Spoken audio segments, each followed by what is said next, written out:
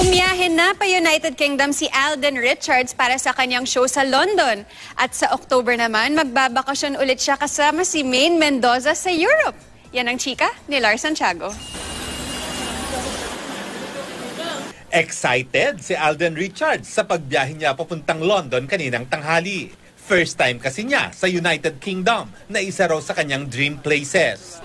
Papunta siya sa London para magtanghal para sa kababayang kapuso roon. Kahit may trabaho, naglista na raw si Alden ng mga pupuntahang lugar doon. Yung Dance Lanois, yung restaurant na kakain ka pero pitch black. Tapos of course The Eye, Buckingham Palace. Punta rin po kami ng Stonehenge, nakaschedule na rin po.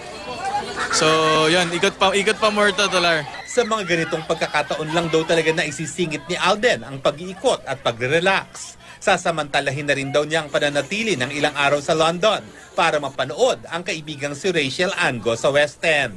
Hopefully, makanood akong Les Miserables sa West End. Opo, talagang yun din po isa sa mga nilo-look forward ko. I wanna see, takil ko na rin po siyang hindi nakikita. Kasama ko po siya sa Party Pilipinas before. Ilang araw lang namang iiwan ni Alden ang ka-love team na si Maine Mendoza. Pero mamimiss daw niya ito. Pero gumagaan daw ang kanyang pakiramdam kapag naiisip niyang magkasama sila ni Maine sa isang personal na bakasyon sa susunod na buwan. For a personal trip, we're going to London po end of October. London and then Germany. Yun po, no work po yun. That's a personal trip. Bakasyon po. Lars Santiago, updated sa Showbiz Happening.